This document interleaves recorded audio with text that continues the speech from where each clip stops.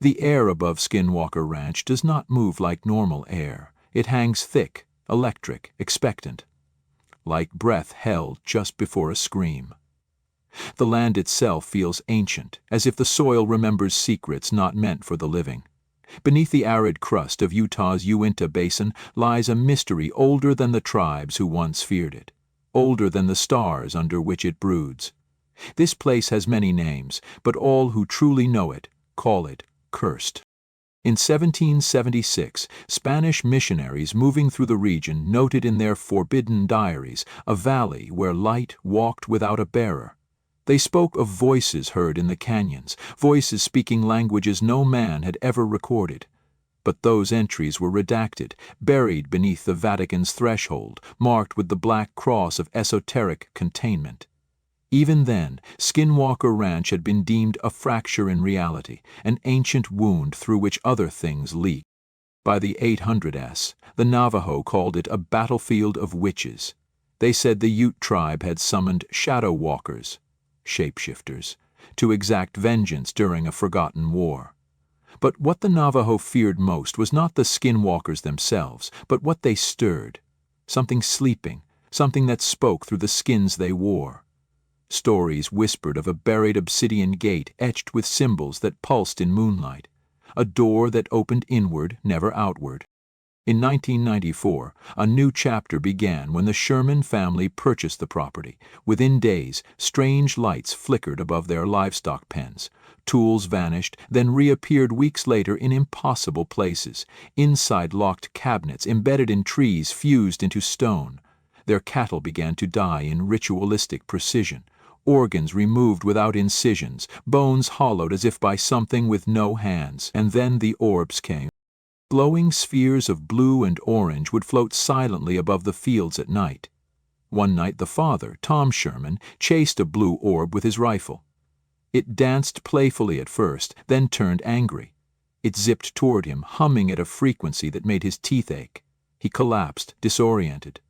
That night, his wife dreamt of a tower of bone beneath the ranch, and a figure with antlers and burning eyes that whispered in her tongue. Her son began speaking in reversed speech, words he couldn't understand, voices that weren't his. At 3:33 a.m. they would all wake up simultaneously, hearts pounding, drenched in sweat. The clocks in the house froze at that same minute, even the ones without batteries. Something was counting. Something was watching. And still the government denied its involvement. When Robert Bigelow acquired the ranch, backed by secretive government funding under the guise of scientific research, a new silence blanketed the land. Black helicopters flew overhead, mobile labs were erected, armed guards patrolled the perimeter, not to keep people out, but to keep something in. The scientists weren't just studying phenomena, they were cataloging anomalies in space-time, gravitational irregularities, and unexplained biological effects.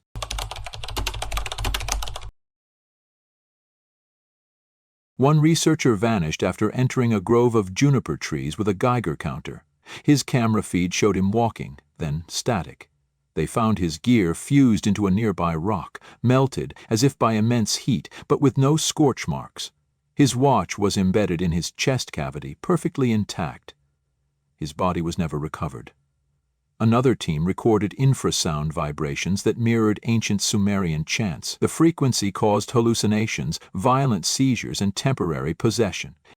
In 2016, a whistleblower leaked pages from a classified DIA report suggesting the phenomena were not random, they followed patterns. Cycles tied to lunar eclipses, solstice alignments, and bloodlines. Certain names triggered activity. Certain glyphs drawn into the soil summoned the blue orbs. These glyphs matched markings found in underground tunnels beneath the Temple Mount in Jerusalem, and in submerged ruins off the coast of Yonaguni. One document mentioned an entity 4 that mimicked human behavior but lacked understanding of cause and effect. It would appear as a person, often someone familiar, but with mirrored eyes and incorrect memories.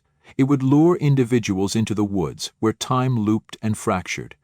A man emerged once from a 12-minute walk that took him 7 days. He had aged 10 years. His fingernails were etched with microscopic scripture. During one investigation, a subterranean chamber was discovered beneath an abandoned barn. The chamber was not built, it was grown. The walls pulsed with a heartbeat rhythm, and inside lay a cube suspended mid-air, humming. Each face of the cube bore a different language: Aramaic, Mayan, Sanskrit, and something untranslatable. It emitted dreams, nightmares, and perhaps instructions. Since then, surveillance has captured things that defy physics: wolf-like creatures with 6 legs, humanoid shadows that stretch against the wind, and geometric symbols etched into frost at dawn. Time dilates here. People lose minutes, hours. Others find themselves repeating moments they never lived. The phenomena is not just observing, it is learning, shifting, preparing. Why this place? Why here? One researcher, now missing, once speculated that Skinwalker Ranch is not the source, but the lens, a magnifier for something older than the stars, a convergence point between dimensions, a scar left from an ancient war not between men, but between ideas, between chaos and memory. The soil remembers, the stones speak, and something is waking up. And still, the activity escalates. Livestock mutilations, disembodied voices, portals caught on thermal imaging. Witnesses speak of hearing their names whispered underground, beneath their feet. Instruments fail, satellites go dark. The orbs return, now in formations, now pulsing in coded sequences. What are they signaling? Who, or what, is answering? In 2023, a hidden chamber deeper than any before was uncovered near the southern ridge. Lined with polished black stone, it hummed with a frequency not measurable by modern instruments. Carvings on the walls depict non-human entities offering tablets to men with no faces. At the chamber's center, a throne made of bone and crystal, covered in dust that predates the Earth's last magnetic reversal. The last words spoken by the team before their feed cut to static were chilling. It's not a ranch, it's a vault. And something inside just turned toward us. To knock on ancient doors is to call what was once sealed. Some things open only from the inside.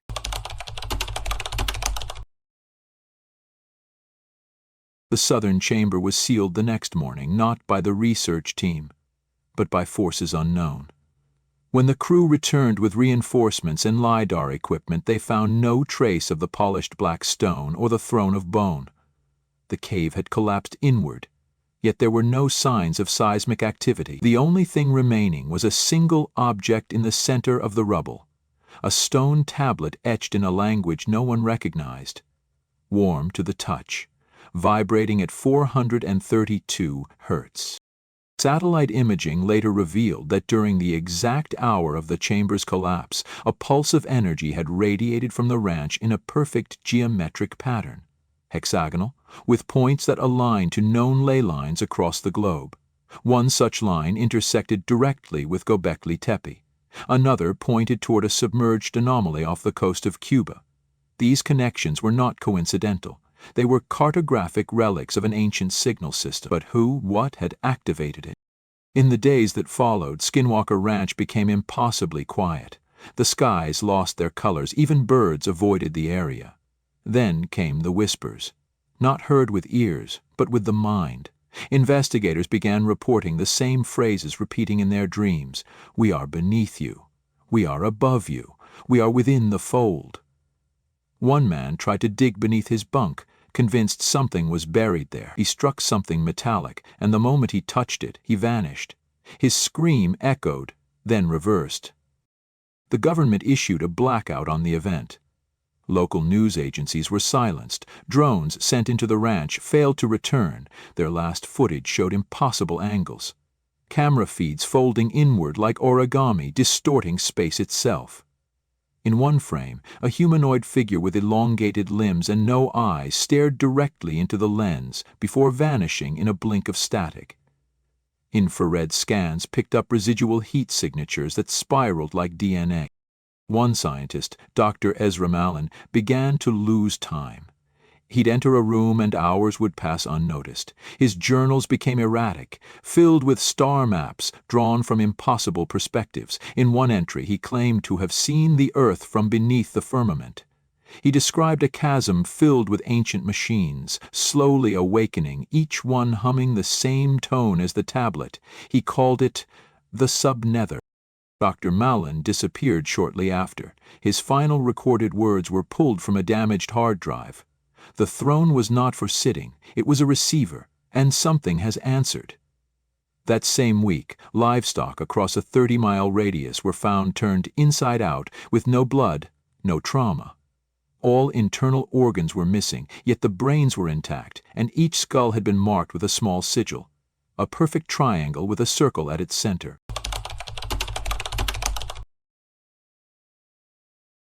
Suddenly, it wasn't just Skinwalker Ranch experiencing anomalies. Across the globe, echo events began to surface. A man in Sardinia dreamed of the same antlered figure seen by the Sherman family. A woman in Peru unearthed a black cube during a landslide. It vibrated with the same 432 Hz frequency. Military satellites began tracking brief but intense distortions in gravitational fields centered exactly where the ley lines converged. Something was aligning. Back at the ranch, night became unstable.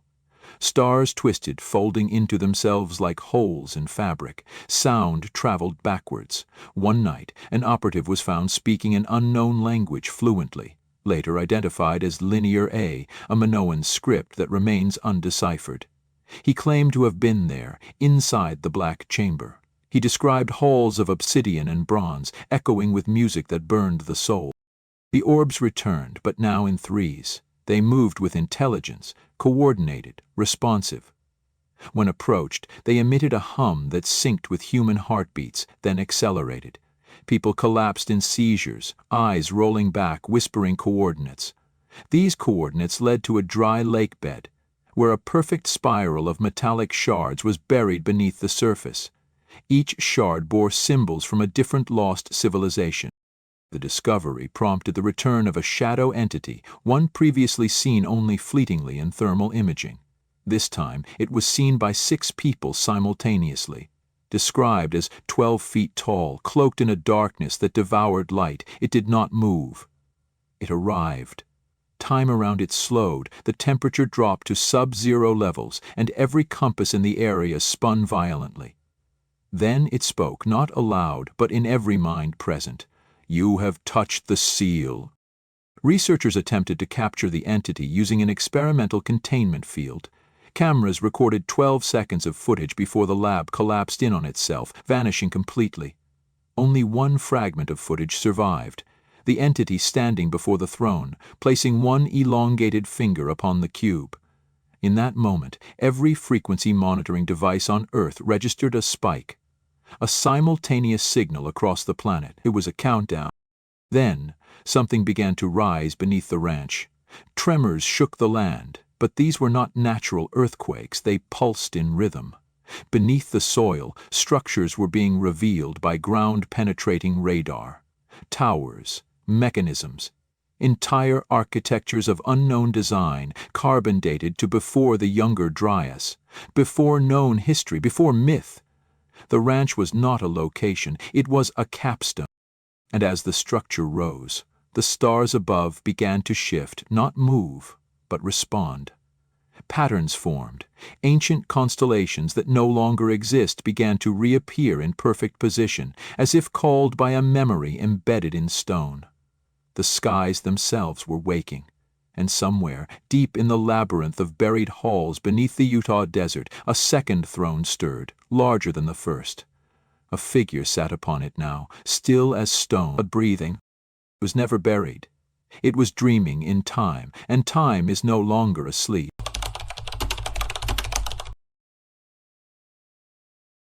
In the weeks following the discovery of the second throne, a thick mist began to blanket the ranch at sunset, never burning off with the sun.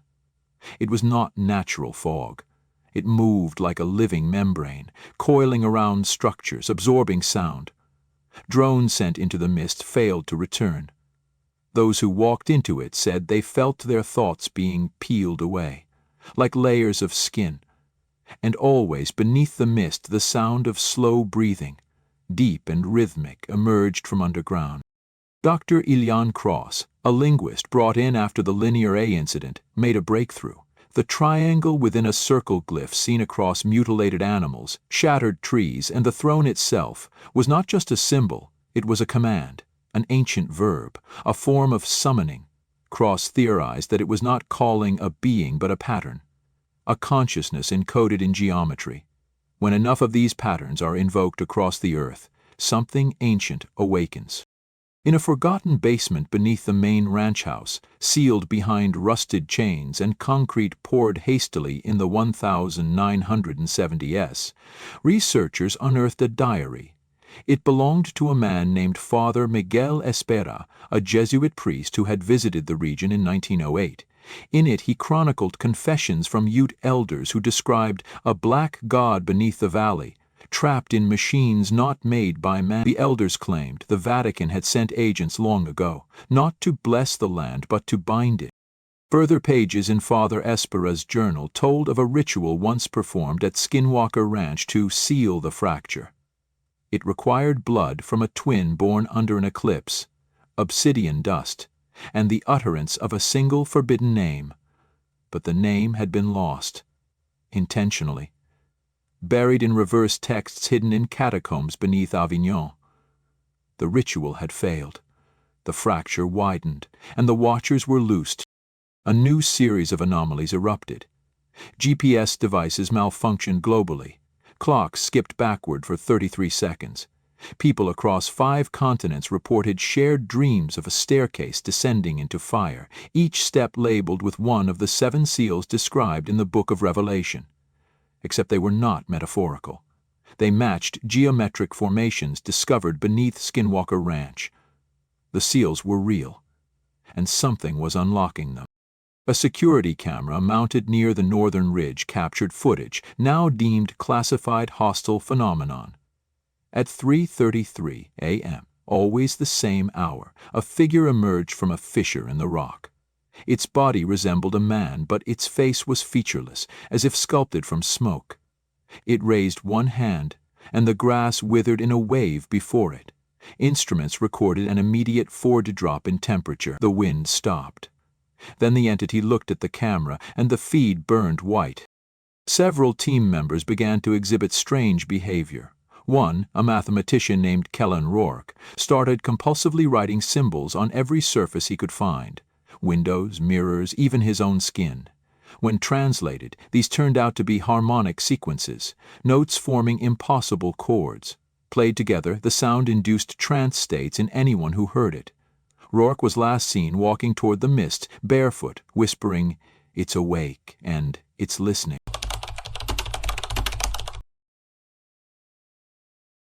In response, an underground chamber was sealed again using an experimental containment field, reverse phase magnetism, combined with sacred geometry. It held for 3 nights.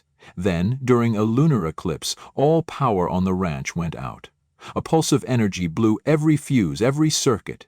From the earth itself a tone was heard, deep, metallic, mechanical, but somehow alive.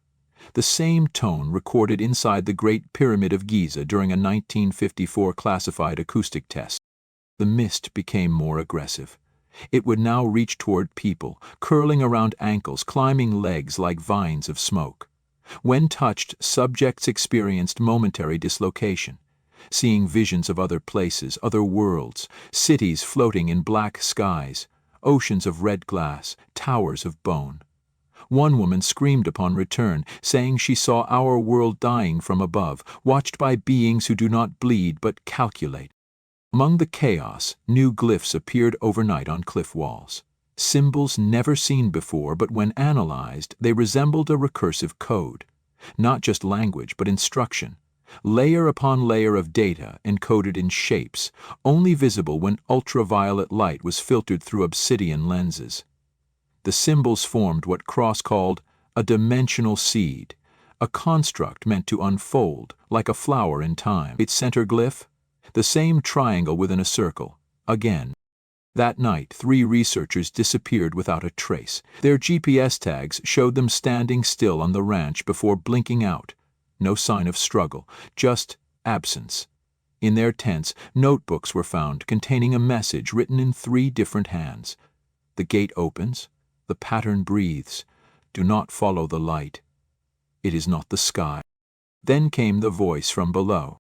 Microphones buried deep beneath the surface picked up a frequency never heard before, a voice speaking in layered harmonics, each syllable producing visible effects on the soil.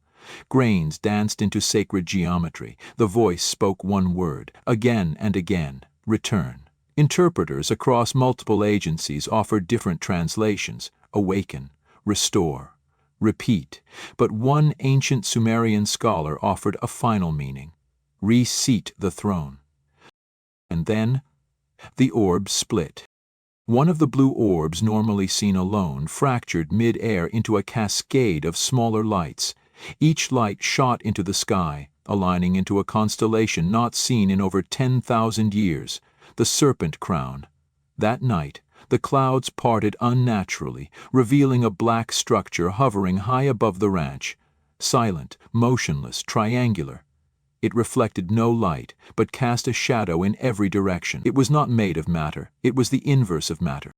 As scientists scrambled to document the event, the structure began to rotate slowly. A beam of light, not illumination but displacement, shot down to the ground. Where it touched, the earth became transparent.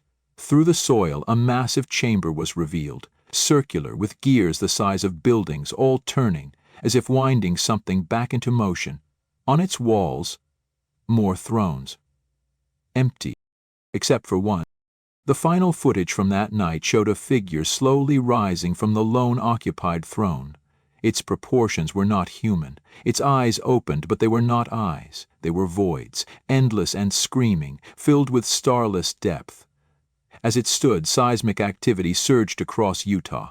But the creature did not move toward the camera. It turned to look at the sky.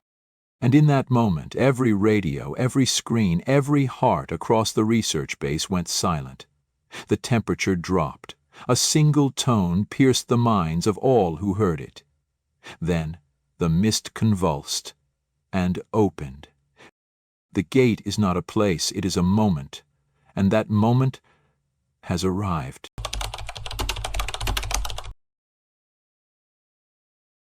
The mist tore apart. Not like fog, but like a curtain of woven thought unraveling.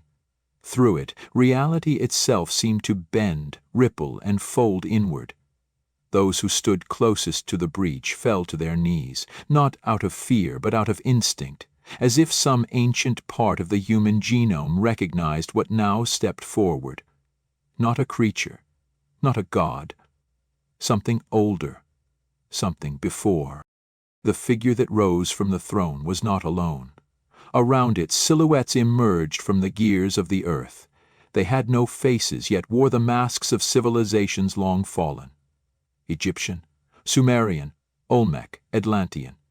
Each bore symbols on their chests, glowing dimly in synchrony with the beam above. They moved in absolute silence, but their presence distorted space. Lines bent around them, air thickened. Time faltered. These were the Watchers, the old engineers. The sky split open. Above the ranch, the dark triangular structure pulsed once, then again, each time altering the stars above it. Constellations shifted out of position. Polaris vanished, Orion bent backwards. Something was rewriting the sky's arrangement. Astronomers across the globe reported impossible anomalies. Double suns at dawn, reversed lunar phases, black stars that consumed their own light. The heavens were being rewritten by something that had the authority to do so. Within the chamber beneath the beam, the machines groaned to life. A sound deeper than thunder filled the ground, metal weeping, stone singing, and from the earth itself rose an object, long entombed. A monolith of translucent black stone, taller than any structure on the ranch. It shimmered with internal light and bore no seams, no marks, except a single handprint, human-sized. It hovered 3 inches off the ground. Dr. Elion Cross was the first to approach. As he neared, the handprint pulsed with golden light. Cross, trembling, raised his palm to meet it. Upon contact, the entire ranch fell silent. Instruments flatlined, wind stopped, cameras froze. Then, in one single flash of impossible clarity, everyone around him saw the same thing. A world beneath this one, vast and biomechanical, pulsing like an engine heart. It was alive, and it was watching. Cross was no longer Cross. He turned to the others, his eyes burning with an inverted glow, his voice layered in frequencies too low and too high to perceive clearly. He spoke just one sentence. The measure is complete, the correction begins. Then he collapsed, his body weightless, dissolving into ash that blew upward, into the sky. Suddenly the triangle in the sky began to rotate faster. Runes lit up across its surface, matching those on ancient tablets found in Göbekli Tepe, Angkor Wat, and the now forbidden ruins beneath Lake Vostok. Each rune pulsed in time with seismic activity measured not just on Earth, but on Mars. And then came the tones, a sequence, a song.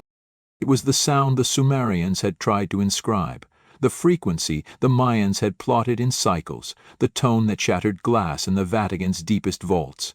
It was the origin song.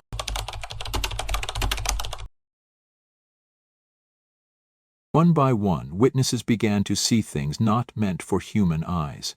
Not hallucinations. Memories. Their memories. From lives never lived. Reincarnated glimpses of work in vast cities of light, constructing spires that touched moons, writing equations in air, speaking to intelligences made entirely of vibration. These were not dreams. They were returns. Reincarnation is not rebirth, it is recall. A gate opened in the sky, not a portal, an aperture of understanding. Beyond it was not space but a blueprint, a map of consciousness, the DNA of reality itself. And it was unraveling. Something had found the flaws, something had arrived to correct the error embedded in mankind's illusion of freedom. The ranch had not summoned it. The ranch had always been it. Then the light vanished. All monitors went dark. Radiation spiked. The mist, once coiling and alive, became solid, glass-like, then shattered. In the crater where the monolith had risen, nothing remained, except a single stone tablet. It now bore 3 handprints, one small, one burned into it, and one inhuman. Beneath them, in ancient Proto-Indo-European script, was a final message. The ranch was evacuated within hours. No trace of the watchers, no voice in the soil, no beam in the sky. But the land had changed. Geometric patterns now grew in the grass. Water refused to flow eastward. Animals gave birth to offspring with golden eyes. The air smelled faintly of ozone, and compasses pointed down. Satellites now register a new anomaly where the beam once touched, a constant pulse, buried deep in the earth. It is not natural. It follows the Fibonacci sequence. It is counting backward. And every night at 3:33 a.m., across hundreds of miles, one sound echoes through the canyons, faint but growing, a low, droning hum. The same hum now detected beneath the ruins of Babylon, the ice under Antarctica, and the halls of the Great Pyramid. The last transmission from Skinwalker Ranch came 2 nights ago. A drone captured a single image before it was blinded by static. The triangular craft had returned, but now it was not alone. Above it, thousands of lights had appeared, forming a sigil across the sky that no living language could decode. But the dead might remember, and someone, something, has begun to speak through them. When the sky writes in fire and the land breathes below, the veil will be gone, and you will see what always stood behind it.